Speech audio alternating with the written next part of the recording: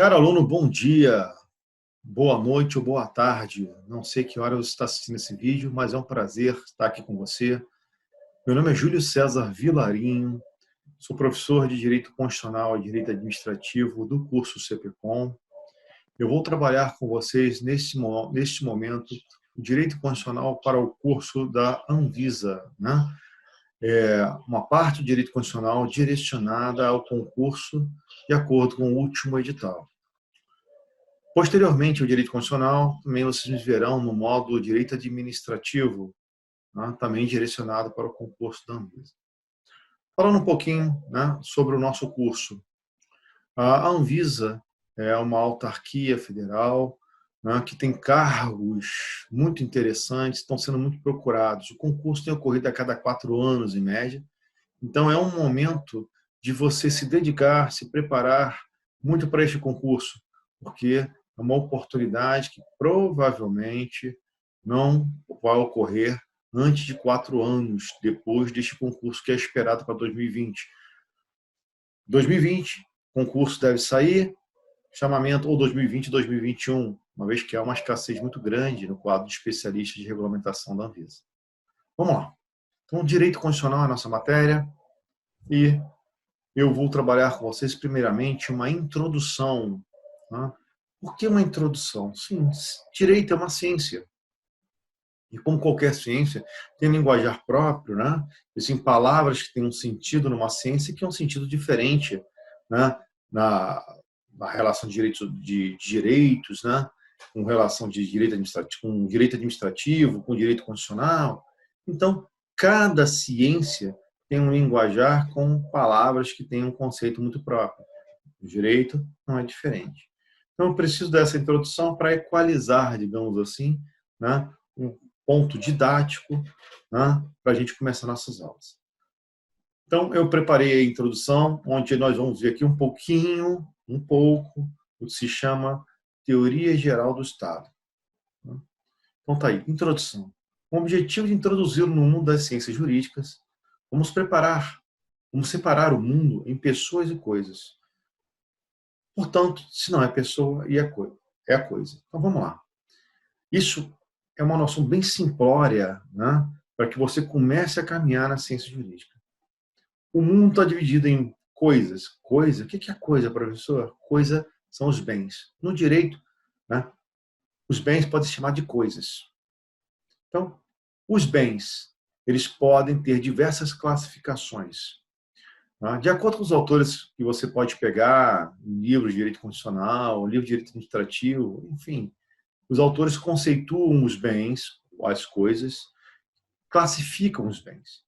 Essa classificação, ou diversos critérios de classificação que possam existir em relação aos bens, não nos interessam tanto. Apenas algumas considerações. Os bens, eles podem ser, então, um critério, corpóreos ou incorpóreos, também chamados de bens materiais e bens imateriais. Bem corpóreo, porque ele tem corpo, ele tem uma estrutura física. Então, bem corpóreo ou bem material. E o bem, se não é corpóreo, então ele é incorpóreo, ele não tem corpo, né? Ele não tem matéria física. Do direito autoral e do direito de invenção, a título de exemplo. Então, falando também de honra, né? Falando de imagem, são bens o quê? Incorpóreos ou não materiais. Outra classificação de bens que a gente pode eventualmente precisar é se o bem é público ou se o bem é privado. Então, veja bem, bem público é aquele que pertence ao Estado, que pertence, portanto, ao poder público.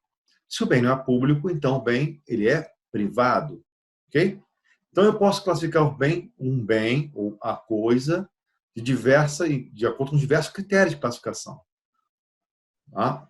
Bem corpóreo e público. Bem incorpóreo e privado. Bem incorpóreo e público. Bem incorpóreo, privado. Bem incorpóreo, privado. Dentro dos diversos critérios de classificação, eu posso combiná-los, mas dentro de um mesmo critério, o bem ou é uma coisa ou é outra. No caso, bem corpóreo, se ele é corpóreo, ele não pode ser também incorpóreo ao mesmo tempo. Mas se ele é corpóreo, num critério, Ele pode ser público ou privado no outro critério. Só esta pequena noção já é satisfatória em relação a bens para os nossos objetivos, que é a Anvisa. Ok? Bom, se não é pessoa, então é o quê? Coisa, não é isso? Se não é coisa, então é pessoa. E as pessoas, agora começam a nos interessar um pouco mais, podem ser subdivididas, tal como você está vendo na sua tela aí. Subdivisão das pessoas. Pessoas eu tenho as físicas, que são os seres humanos. Se a pessoa não é física, então a pessoa é jurídica. As pessoas jurídicas podem ser pessoas jurídicas de direito público ou de direito privado. Vamos falar um pouquinho sobre pessoas físicas e jurídicas, sobre essa distinção primária. A pessoa física é o ser humano. Portanto, os animais. Por mais que nós tenhamos afeto aos animais, aquele cãozinho que você adora, né? Por exemplo, para o direito, se não é pessoa, lembra? Então é coisa. As coisas são os bens. Claro que em relação aos animais, por serem seres vivos, eles têm muita proteção do direito. Hoje em dia, se você, por exemplo, maltrata um animal doméstico, você pode incorrer num crime. Se você apreende um animal solto na floresta, né, nas matas, você também pode incorrer em crime contra a fauna, não é isso? Mas os animais, os chamados seres moventes, eles não são pessoas. Pessoa física é o ser humano. Tá? Se a pessoa não é física, então ela é jurídica. Falando um pouquinho mais sobre pessoa jurídica. As pessoas jurídicas, elas existem a partir de um documento chamado Estatuto Social ou Contrato Social. Esse documento é elaborado, né, e então é destinado um montante financeiro, melhor chamar, montante patrimonial, que não necessariamente é só dinheiro.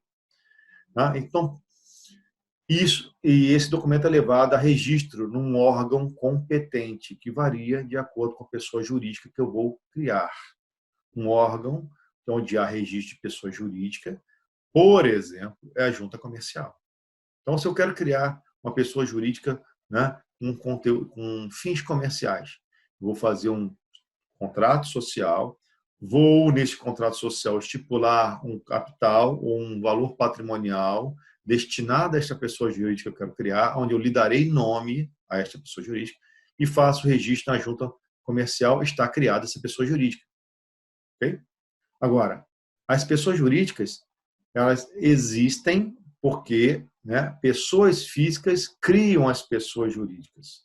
Então, pessoas físicas vão fazer um documento chamado contrato, né, contrato social ou estatuto social, vão destinar um valor, né, a compor o patrimônio dessa pessoa jurídica e registram o documento no órgão competente. Está criada a pessoa jurídica. Uma vez que a pessoa jurídica ela é criada, né, ela passa a se relacionar com outras pessoas. Relação, sim. Pessoas se relacionam. Sejam as pessoas físicas ou pessoas jurídicas, elas se relacionam. Você, como pessoa física, se relaciona com outras pessoas. A sua família, seus amigos, no trabalho, né? Pessoas que você conhece no dia a dia. Relações entre pessoas físicas e relação também, essas relações também ocorrem entre pessoas jurídicas. Uma pessoa jurídica, por exemplo, lojas americanas, não estou fazendo propaganda de ninguém, é só para que você entenda. Ponto Frio, as Casas Bahia, por exemplo, né? O CPCOM, né? Que é uma pessoa jurídica. Okay? Então, as pessoas jurídicas se relacionam entre si. Por exemplo, o CPCOM precisa comprar suprimento de informática de uma pessoa jurídica. A exemplo, as lojas americanas, as lojas Calunga. Né? Então, o CPCOM vai lá nas lojas americanas, ou pelo site, ou no Ponto Frio, e adquire papel, suprimento de informática. É uma relação contratual entre a pessoa jurídica CPCOM e a pessoa jurídica Casas Bahia, Lojas Americanas, Calunga ou outro fornecedor em que o CPCOM decida adquirir o suprimento de informática. Pessoas físicas se relacionam entre si, já falamos isso, você nas suas relações familiares, com amigos. Né? Pessoa física e jurídica também se relacionam, todas as pessoas podem se relacionar. Uma relação, por exemplo, entre uma pessoa física ou pessoa jurídica é a sua quando você decide comprar um bombom, nas lojas americanas. Você vai nas lojas americanas, muitas vezes você pergunta a um funcionário nas lojas americanas onde tem um bombom, você vai lá, compra o bombom, passa pelo caixa e paga o valor do bombom. A relação, né, ocorreu entre você e as lojas americanas. Mas observe que a pessoa jurídica, para se relacionar com pessoas, com outras pessoas, né, ela precisa fazer isso através de pessoas físicas. Você, para adquirir o bombom das lojas americanas, você teve que, né, pagar esse bombom às lojas americanas, mas através do caixa que lá estava. Vamos pegar o CPCOM. Você se relacionou com o CPCOM pela primeira vez, seja pelo site, por telefone, ou você compareceu ao curso. E nessa apresentação que lhe foi feita, né, você gostou, decidiu fazer um contrato educacional com o CPCOM. Então, nessa relação sua com o CPCOM, observe que o CPCOM atuou através de pessoas físicas, mas a relação entre você e o CPCOM é uma relação jurídica entre você e o CPCOM. Eu aqui, neste momento, seja presencialmente em sala de aula ou através desse vídeo que gravo, né, eu aqui eu represento o CPCOM, onde na relação jurídica você adquiriu direitos com o CPCOM e contraiu obrigações. O direito de receber um quantitativo de aulas sobre o assunto do teu concurso e a obrigação que você tem de pagar o valor acordado da forma que foi acordada para que você possa, né, fazer o curso. Então, eu neste momento, eu represento o CPCOM. Então, a relação jurídica, a relação entre você e CPCOM, mas o CPCOM está atuando neste momento através de mim. Como pode estar atuando através do Rodrigo Vilaça, como pode ter atuado através da Rose, né, que lá, que volta e meia, estão recepcionando vocês carinhosamente, né, lá no curso, quando a relação é presencial.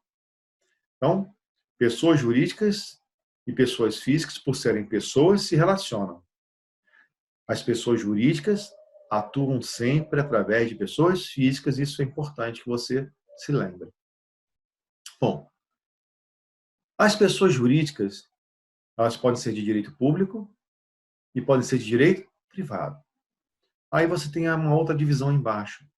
Pessoas jurídicas de direito público, elas podem ser interno e podem ser pessoas jurídicas de direito público externo. Tá? Então, eu quero inicialmente que você tenha esta divisão. Pessoas podem ser físicas e jurídicas, e as jurídicas podem ser de direito público, interno ou de direito público externo. Pessoa jurídica de direito público ou pessoa jurídica de direito privado. Pessoa jurídica de direito público pode ser direito público interno e externo. Ok? Vamos prosseguir. Somente pessoas. E quando eu falo pessoas e eu não separo físico e jurídico, estou falando de ambas. Somente pessoas têm personalidade jurídica. Vamos entender o que significa personalidade jurídica. Está definido aí no quadrinho que você está tendo acesso. Pessoa jurídica, personalidade jurídica, perdão, é um instituto de direito civil que consiste na capacidade de adquirir direitos, bem como de contrair obrigações em seu próprio nome. Vamos, né, ter essa seguinte noção. A personalidade jurídica só é dada a pessoas. As pessoas físicas, assim que são expulsas do útero materno e fazem a primeira troca oxocarbônica, em síntese, respiram. Você foi expulso do útero materno, respirou, automaticamente você existiu para o direito. Tanto que você é registrado no livro de nascimento dos nascidos com vida. Beleza? Então, se você existiu, você é uma pessoa e tem, portanto, personalidade jurídica. É aí que inicia a personalidade jurídica da pessoa física, quando ela nasce com vida. Okay? E, portanto, nós já temos a personalidade jurídica para adquirir direitos, não para contrair obrigações. Nós só teremos a personalidade para contrair obrigações ao completar os 18 anos de idade, que é quando, pelo Código Civil, nós nos tornamos maiores. Então, o ser humano, a pessoa física, ela, quando nasce com vida, ela tem personalidade jurídica. né? Mas essa personalidade jurídica é apenas para adquirir direitos. A gente só passa a poder contrair obrigações frente a outras pessoas quando nós nos tornamos maiores de idade, que pelo Código Civil aos 18 anos. Já as pessoas jurídicas, assim que elas são registradas, né, no órgão competente, elas já têm personalidade jurídica plena para adquirir direitos e contrair obrigações. Okay?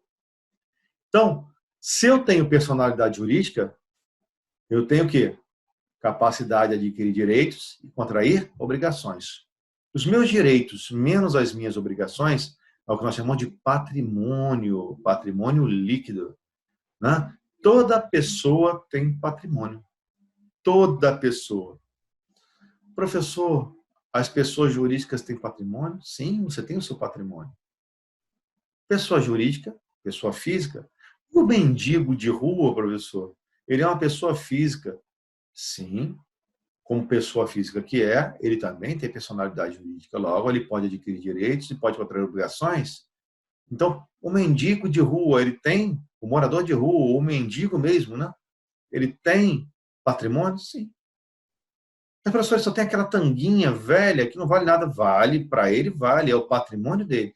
E não esqueçam que patrimônio, né, é o conjunto dos meus bens, menos as minhas obrigações. Patrimônio líquido. E os bens, meus bens, os bens podem ser o quê? Corpóreos e incorpóreos. Então, entenda que a honra também é um patrimônio. A imagem também é um patrimônio. Beleza? Também é um bem que também integra o patrimônio de uma pessoa. Ok? Então, todas as pessoas têm patrimônio, porque elas têm o quê? Personalidade jurídica. Então, as pessoas físicas e pessoas jurídicas têm personalidade jurídica, elas têm patrimônio. Vamos desenvolver um pouco mais os conceitos. Por enquanto, está sendo muito embrionário. Eu estou batendo bem nessa tecla, porque isso vai nos ser importante, né, durante todo o nosso período de curso. Estados soberanos. Sim, a partir do momento que dividimos o mundo em pessoas e coisas, e as pessoas podem ser físicas ou jurídicas, e as pessoas jurídicas podem ser de direito público ou de direito privado. Vamos falar agora dos estados soberanos ou dos países. Eu tenho vários países que coabitam na chamada comunidade internacional. Vamos entender um pouquinho a expressão comunidade. Comunidade, para o direito, é um agrupamento de pessoas. As pessoas vivem em comunidade.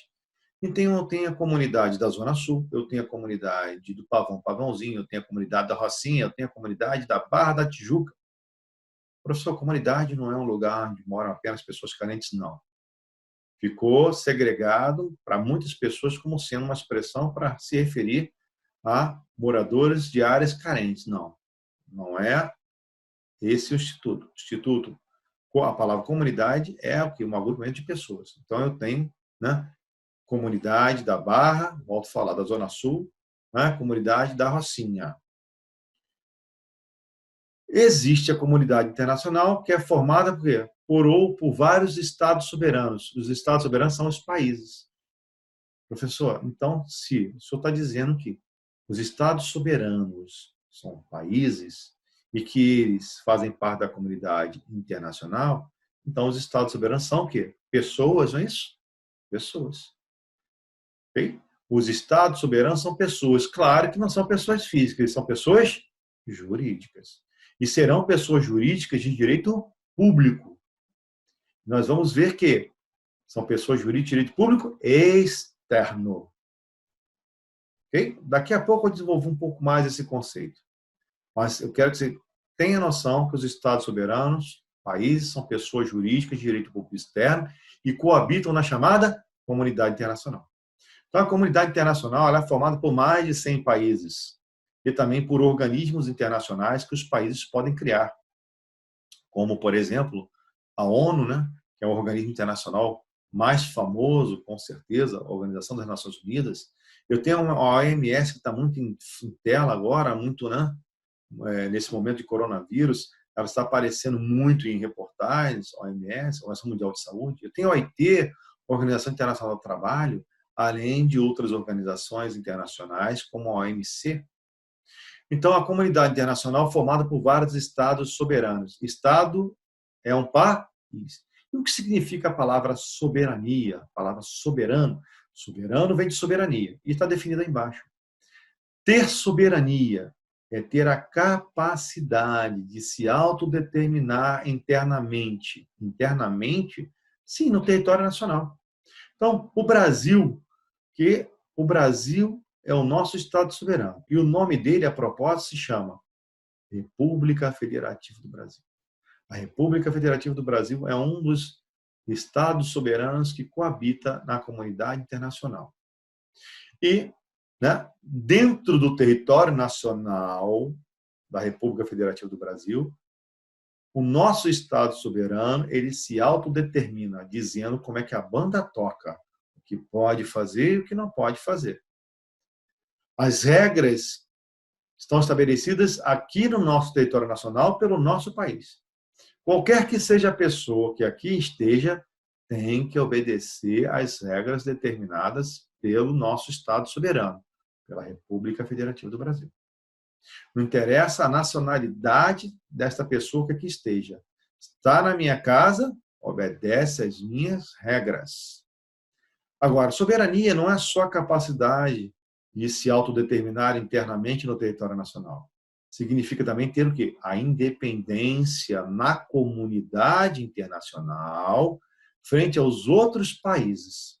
Ou seja, na comunidade internacional não existe um país que mande nos demais. Porque se todos os países que lá coabitam são estados soberanos, um país não manda no outro. Porque se um país mandar nos demais, então entenda que aqueles que são mandados não têm soberania. Eles vão ter que cumprir a regra ditada pelo outro país. Ok? Então, o Brasil, como é um Estado soberano, na comunidade internacional, ele não tem que obedecer regra, determinação de ninguém. Nós temos a nossa soberania, então, no nosso território nacional, nós nos autodeterminamos, e frente aos demais países, nós somos independentes para dizer o que nós queremos, o que é bom para a gente e o que não é bom para a gente. Ok? Claro que na comunidade internacional, como em qualquer comunidade, né, que as pessoas coabitem, você não tem como viver sozinho. Então, você precisa se relacionar com os outros países para fins comerciais, na área de ciência, tecnologia, e para que essas relações venham a existir, os estados conversam, são as chamadas relações diplomáticas, e celebram contratos, chamados contratos internacionais ou tratados internacionais. Ok? E mediante os tratados internacionais, que são documentos, né, que são depois assinados por altas autoridades dentro de cada uma dentro de seu país, os estados, né, se relacionam. Mas entenda que um estado não pode obrigar o outro. Claro que existem países mais bem armados do que outros, economicamente mais ricos, né, mais desenvolvidos. Os países podem, inclusive, serem classificados em países de primeiro mundo, segundo mundo, né? Terceiro mundo, ainda tem os países em desenvolvimento. O Brasil é um país que é considerado como sendo um país em desenvolvimento. Ele já rompeu a barreira do terceiro mundo e está tentando chegar a um grupo tão seleto, que é o grupo do primeiro mundo. Tá? Então, vamos lá. Os Estados Unidos da América é um país, com certeza, a primeira economia mundial, mas ele não manda nos demais países. Agora, é óbvio, por ter muitas relações, né, com países da comunidade internacional, por ser o maior comprador, digamos assim, para muitos países, ele tem uma certa, né, capacidade de impor pressão, né, a outros países que são menos assim capazes do ponto de vista econômico, tecnológico, né? É o caso do Brasil, por exemplo. Nós temos parceria com os Estados Unidos, temos parceria com a China. A China é a nossa grande compradora hoje. Então é óbvio, né, que esses países para quem nós vendemos, eles, né, têm a capacidade, o poder de interferir nas nossas decisões. Mas entenda que o Brasil só vai baixar a cabeça ou não, se o Brasil achar que deve fazê-lo. Okay? Por mais que seja um importante parceiro econômico, um aliado militar, nós possamos justamente romper relações e não, se não chegarmos a um acordo com esses outros países. Porque na comunidade internacional, os estados são o quê? Soberanos. Então, todos têm independência em relação aos outros.